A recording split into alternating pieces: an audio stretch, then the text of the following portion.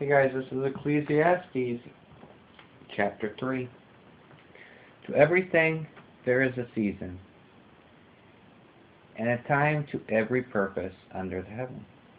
And you guys, in chapter 2, if you notice, it was talking about fleshly wisdom. And in this chapter, we'll be talking about, where it was talking about chapter 2, heavenly wisdom, and things to do with that nature. But anything without God, without His wisdom, is unbalanced, and we learn that. And in this third chapter, we have 28 emotions here. It's like 14 lines, 2 per line. In verse 2, it says, a time to be born and a time to die, a time to plant and a time to pluck up that which is planted. So see, there's harvesting time, like bulbs and different things, if you look at it in that way. But God's saying there's seasons, you guys, just like He's given us the sights and the signs and that stuff to follow, to know what season, to know when to plant, to know there's that assurance, to know the sun's going down and coming back up, that God's on the throne, He's working with us. And when we let Him lead by the Spirit, and we find His Spirit, guys, and and find out, always go to that higher level of thinking, our lives are easier because we're not thinking in flesh no more. We're thinking towards what's ahead. We're thinking in light, you guys, and that's what people make it, so hard to understand. So what happens if you're thinking about God, and God says He's not of this world? So that means if you don't live in this world because you're thinking about God and you say that, somebody thinks you're nuts or something. Because they're all in fleshly thinking. But, you guys, we just lead by the Spirit. And then we try to tell people and give them the gift of the Spirit too. And that's the most important thing. That's our first love. Because that's what helped us. So that's what we try to give to other people. And then let them go on their walk and help them along. Verse 3, a time to kill and a time to heal, a time to break down and a time to build up. And see, sometimes things need rebuilt, like houses and different things in all aspects of areas like that, you guys. And it can also mean, like, if to break something down, to, you want to construct an idea or something better, so you're going to break it down and see where its weaknesses are, analyze everything, and build that back up. But a lot of people have a problem with this war thing. When you guys look, we're supposed to protect ourselves. God doesn't want a bunch of people that lay down. We love everybody, but you got to stick up for yourself too. And He said to protect the children. And when you look all through it, there was priests in the temple, and there was temple guards that protected it, because there was thieves and robbers and stuff all over back then, and all different kinds of stuff. They didn't care what religion or what. You're supposed to protect yourself, and remember that. And we've got the soldiers and people that are in the government. It's not all bad. And those guys are that fought for this country and for our freedom. And a lot of people don't recognize that anymore. They don't acknowledge that what we have was fought for. I had a lot of family that was in the war. My dad was. My uncles were, my grandfather was.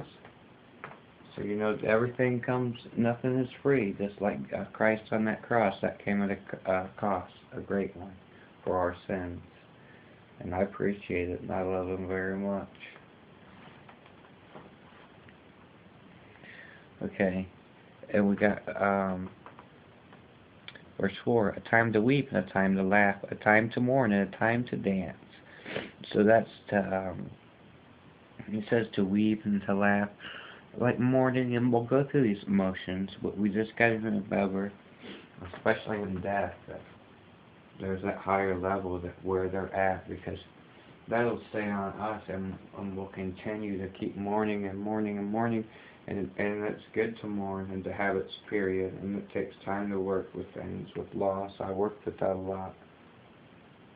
It took me long from being a little kid when I lost my dad to be in my upper 20s, if not 30s, before I was totally okay with it. all the way through. So it takes a lot, and everyone's different, you guys.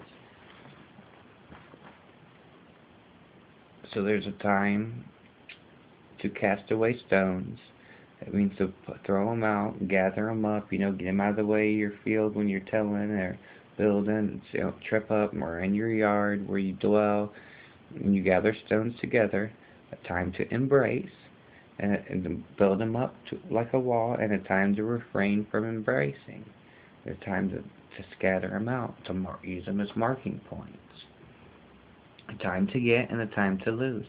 A time to keep and a time to cast away. See, some of them you'll need, some of them you won't. And the embrace here, we could go to 1 Corinthians chapter 7, 29 through 31.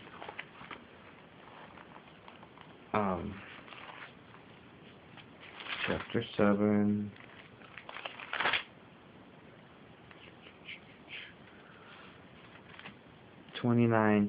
But that I say, brethren, it is time sure it remaineth that both they that have wives be as thou they had none, and they that wept as thou they wept not, and thou that rejoice as though they rejoice, and they that buy as thou they possess not, and they that use the world as not abusing it, for a fashion of the world passes away. What it's talking about is like the time shortened and it remained, and you see remain wives as though they had none, and it's talking about this time and the falling away, and there's a time to do things, and you see what I'm saying? This is why I'd like to do the Ecclesiastes, so we can be, learning and just be reminded about the Spirit, and it's a nice chapter. Or a nice book, I mean.